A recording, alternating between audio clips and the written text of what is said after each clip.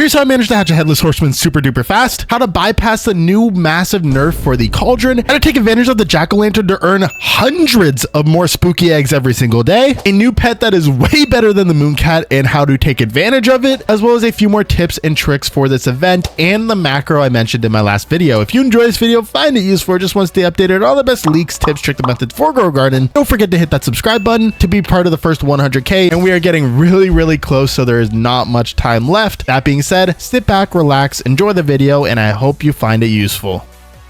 Alright, so the new Halloween update came out on Saturday. It's been a pretty fun event so far. I've already grinded up a ton of spooky eggs and opened even more. I'll talk about that in a little bit. If you saw my last video, you could easily farm hundreds of spooky eggs per day, at least before they decided to nerf the Cauldron. Yes, they went ahead and nerfed the Cauldron, specifically the amount of candy corn and the amount of spooky eggs you get. So you may have been noticing as you were playing that your candy corns have been sliced in half and you are rarely getting spooky eggs. But what you may not know is that this is only really for private servers or servers with less than 3 people. I'm not sure if it's exclusive or if it's both, but that means if you still want to earn a ton of candy corn and more specifically a ton of spooky eggs when you are grinding the Cauldron, you're definitely going to want to be in a public server with at least 3 people. Now there's an added benefit to this, which I didn't mention in my last video and I didn't factor into the amount of eggs you can earn, which is a contributor reward. When you're with 3 or more people and you contribute the most to the Cauldron, you'll get a contributor award of either pumpkin crates and sometimes even 1 or 2 spooky eggs. So obviously this increases the amount of eggs you can get per hour. So I went ahead and did another test AFK'd for 1 full hour in a public server to see how many spooky eggs I can get now from still AFKing the Cauldron, but this time in a public server.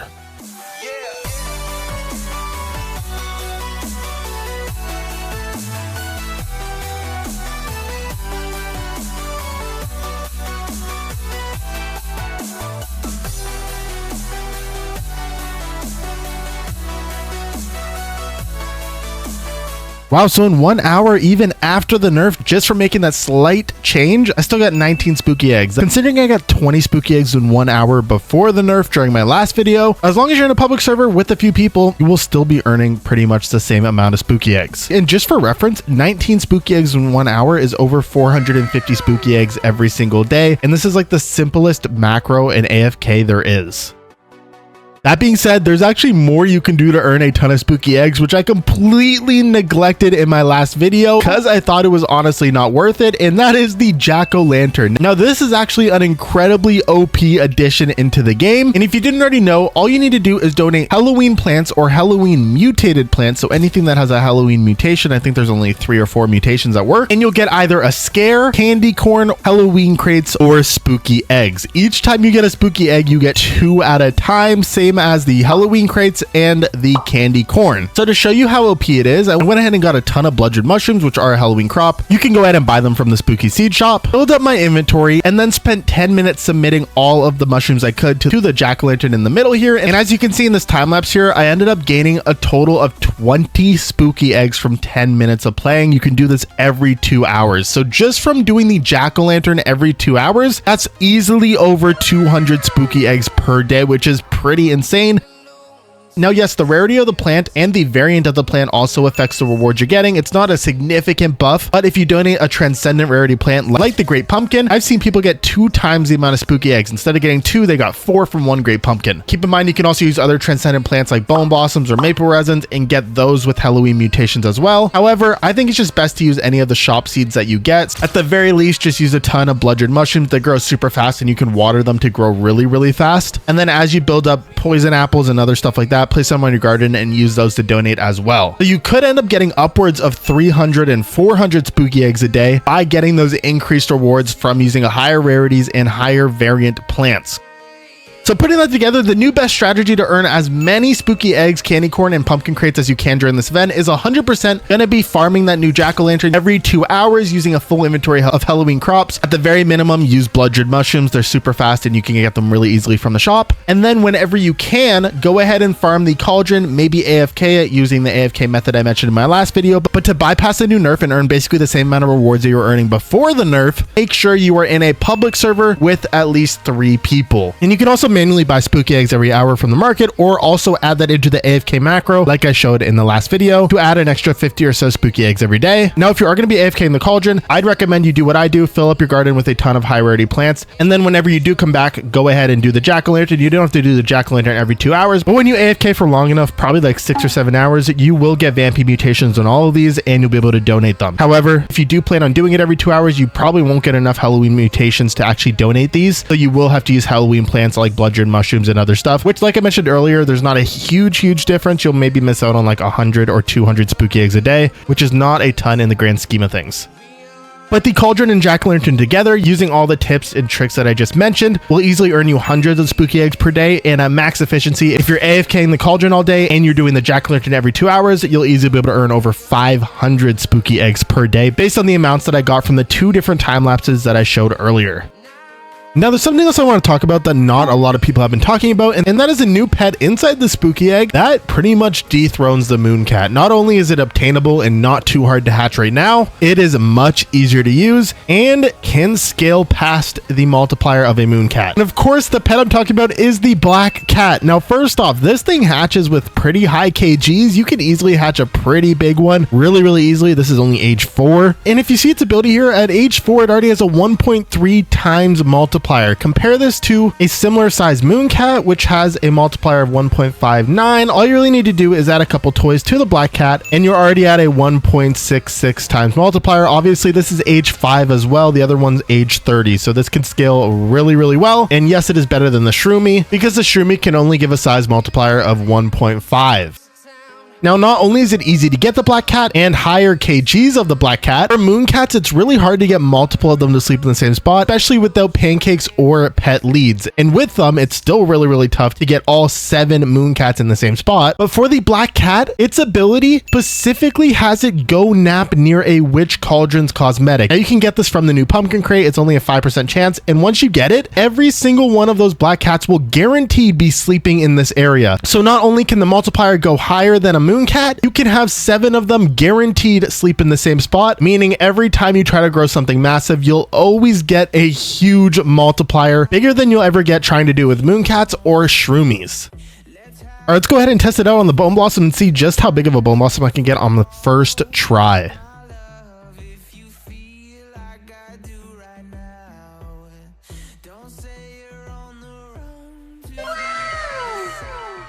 Yeah, it's safe to say that this witch cat is pretty useful. Literally first try, that is a bone blossom I just got. See what it's worth? 600 million base value. That's easily, I can't even move. That is easily worth a ton if you get it mutated. So without a doubt, whether you're new or you're a pro player, stack up on these black cats, use them with the cauldron, and it'll be so much easier and better than using mooncats or even shroomies. And I know this pet is going to be worth quite a bit once this event is gone, so you do not want to miss out on it. Use the methods I mentioned earlier to farm a ton of spooky eggs, and then get as many black cats as you can. They're an 8% chance, which is honestly not too hard to get, and as you can see, I already have a full team of them. So yeah, it doesn't take too long to get a ton. I might even have an alt account full of them by the end of this event, just because I know they're going to be worth quite a bit.